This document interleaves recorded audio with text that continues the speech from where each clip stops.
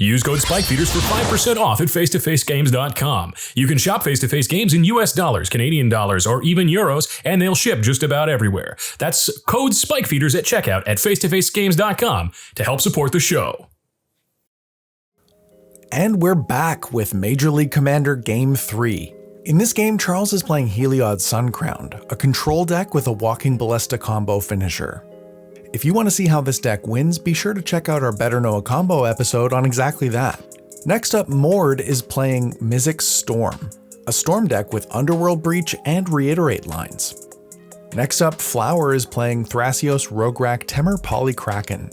This deck looks to polymorph Rograkh into Hullbreaker Horror and combo off with 0-drops to make infinite mana. Similarly, our hero Jim is playing Urza Polykraken, a mono blue deck that's looking to pull mostly the same nonsense with Hullbreaker Horror. You saw this deck in Game 1, and if you haven't, go watch it. Let's get into it. Flower's got beginning of game effects, playing a Gemstone Caverns on turn 0, pitching Faithless Looting. Charles starts off turn 1 by drawing, then playing a Snow-Covered Plains, casting a Chrome Mox, exiling Esper Sentinel, then casting a Serra Ascendant, follows it up by casting Deafening Silence, and Flower says that's enough and responds with a Swan Song. Charles passes. Mord draws a card, plays a Prismatic Vista, and passes. Flower draws for turn, and pays 2 life to cast Gitaxian Probe targeting Jim. Jim reveals Seagate Reborn, Power Artifact, Muddle the Mixture, Back to Basics, Cyclonic Rift, and 2 Snow-Covered Islands. Flower draws off the resolution of Gitaxian Probe, then casts Rograkh. She follows it up by casting Paradise Mantle, then casts Lotus Petal, and equips Paradise Mantle to Rograkh. She then passes the turn. Jim draws a card for turn, plays Seagate Reborn untapped, taking 3, and passes. Charles starts off turn 2 by drawing a card for turn, playing Blast Zone, and then moving to combat. He attacks Flower for 8 with Serra Ascendant and the 2/2 bird he got from Swansong. In Charles's end step, Mord cracks his Prismatic Vista, and Charles responds by flashing in Aven Mind Sensor. Mord fails to find. Charles passes the turn. Mord draws for turn, plays a Spire Bluff Canal, then exiles Simian Spirit Guide to cast Arcane Signet, and passes the turn. Flower draws for turn, casts Felwar Stone, and passes. Jim draws a card for turn, plays a Snow-Covered Island, casts an Everflowing Chalice kicked once, and when it resolves, he passes the turn. Charles kicks off turn 3 by drawing and playing a Snow-Covered Plains. He casts his commander Heliod. It resolves and he moves to combat, with Serra Ascendant, the Bird, and Aven Mind Sensor coming at Flower for 10. Flower declares no blocks, and Charles gains 6 from Serra Ascendant, triggering Heliod. He puts the Heliod counter on Aven Mind Sensor, then in his post-combat main, he casts Expedition Map. When that resolves, he passes the turn. Mord draws for turn, plays a Mana Confluence, and casts Ponder. He puts the cards back on top and draws to resolve the spell. He casts a Lotus Petal, then passes. Flower draws for her turn, then casts a Wild Growth targeting Gemstone Caverns. She casts Thrasios, and when it resolves, she passes. Jim draws a card, plays a Snow-Covered Island, and casts Gitaxian Probe targeting Charles.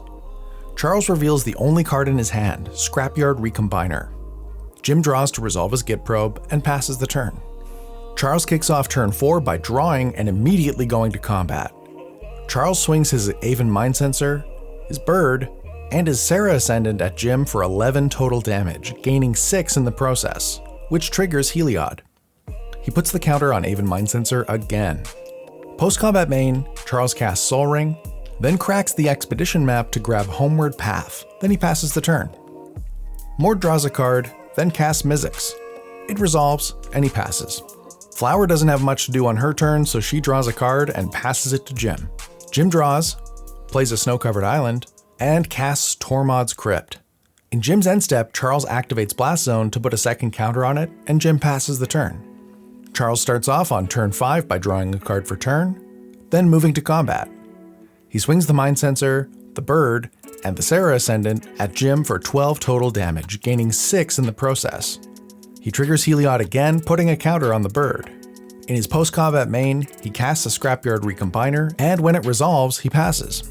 Mord draws a card for his turn, and plays a Bloodstained Mire. In Mord's end step, Flower activates Thrasios. She puts a taiga into play tapped, then Mord continues with passing the turn. Flower draws to start her turn, then plays Treasure Vault as a land for turn. She casts Imposter Mech, which then resolves and enters the battlefield as an Aven Mind Sensor. Flower passes the turn. Jim draws a card, plays a Scalding Tarn, and passes it to Charles. Charles draws to start turn 6, and immediately moves to combat. He swings at Jim with the Bird, the Aven Mind Sensor, the Serra Ascendant, and the Recombiner for 15. It's do or die time for Jim, so Jim activates Otawara, targeting Serra Ascendant to return it to Charles's hand. Jim takes 9, going down to 3. Charles recasts Serra Ascendant in his second main and plays War Room as his land for turn. Mord draws a card for turn. Then he casts Dockside Extortionist. Flower responds by cracking her Lotus Petal to activate Thrasios. She reveals Reality Scramble. Charles responds to Dockside Extortionist by activating Blast Zone to destroy all non-land permanents with a mana value of 2. Mord responds to that by floating a blue. Blast Zone's activated ability resolves. The Dockside count is now at 10, so when it resolves and enters, Mord makes 10 treasures. Mord casts a Wheel of Fortune, triggering Mizzix. Flower passes priority, and Jim responds by cracking Scalding Tarn, going down to 2. He fails to find. The Mizzix trigger and the wheel both resolve. Mord discards Pyroblast, March of Swirling Mist, Force of Negation, and Reiterate. Flower discards Reality Scramble, Pyroblast, Flusterstorm, and Grim Monolith. Jim discards Back to Basics, Muddle the Mixture, Power Artifact, and Cyclonic Rift. Charles discards Reverent Mantra. With a new grip of 7 cards, Mord plays Gemstone Caverns as his land for turn. He then exiles Jace Vryn's Prodigy to cast Snapback, targeting Dockside Extortionist, triggering Mizzix again. Both the trigger and the Snackback resolve. Mord recasts the Dockside Extortionist. Mord makes another 10 treasures, going up to 16 total. He then casts Brainstorm, and it resolves. He casts Merchant Scroll, triggering Mizzix. The Aven Mind Sensor forces him to search the top 4, and he's lucky enough to find a Snap. He casts Snap, targeting Charles's Aven Mind Sensor. It resolves and Mord untaps 2 lands. He follows it up with a Time Twister, triggering Mizzix again. Flower responds by casting Chain of Vapor, targeting Serra Ascendant. Charles sacrifices a land to copy Chain of Vapor, targeting Dockside Extortionist. Mord copies Chain of Vapor, targeting the Imposter Mech copy of Aven Mind Sensor. Flower copies it again, targeting Mizzix. Mord responds by casting Deflecting Swat, and because the original Mizzix trigger hasn't resolved yet, it'll trigger Mizzix again. He redirects the Chain of Vapor to one of his own treasures, then holds priority and sacrifices it in response.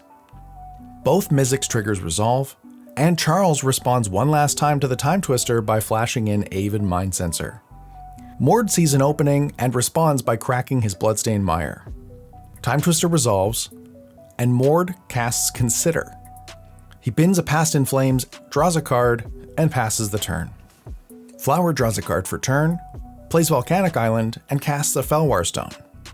Flower casts her own Time Twister, and Mord responds by casting Stern Dismissal, targeting Rograkh. Flower responds to the Stern Dismissal by casting Dispel, which then resolves. One more round of priority, and Time Twister resolves. Not much help from the fresh grip of 7, so Flower passes. Jim draws a card, plays a Snow-Covered Island as his land for turn, and casts a Grim Monolith. He taps 7 to hardcast Hullbreaker Horror, and Mord responds by casting Mindbreak Trap. Jim responds to the Mindbreak Trap by casting Pact of Negation. Mord's got one last trick up his sleeve and casts Pyroblast, targeting Pact of Negation. Pyroblast resolves, countering the Pact, then Mindbreak Trap exiles the Hullbreaker Horror from the stack. With not a whole lot left to do, Jim passes the turn. Charles draws at the start of turn 7 and plays a Snow-Covered Plains as his land for turn. He casts Paladin class, then moves to combat. He swings Aven Mind Sensor and the Bird at Jim, who blocks bravely with his face and dies. He sacrifices the Scrapyard Recombiner to search for a construct, and finds Walking Ballista. He casts Walking Ballista, X equals 2. When it resolves, he activates Heliod to give Walking Ballista lifelink. He removes a counter from Walking Ballista to deal 1 damage to Mizzix. When that activation resolves, Heliod triggers and puts a +1/+1 counter back on Walking Ballista, and Charles has demonstrated a loop. He repeats this process until Mord and Flower are dead and the game is over. Another loss puts my record to 0-3-0. If Commander games have an average win rate of 25%, that means I'm due, right? We'll find out next time. Huge thanks to all of our patrons. We love trying new things like this, and your support really makes it possible. Hey, thank you for checking out the Spike Feeders on YouTube. If you're not subscribed yet, make sure you hit that subscribe button before you close the window, or you can click on this link to check out our other great videos.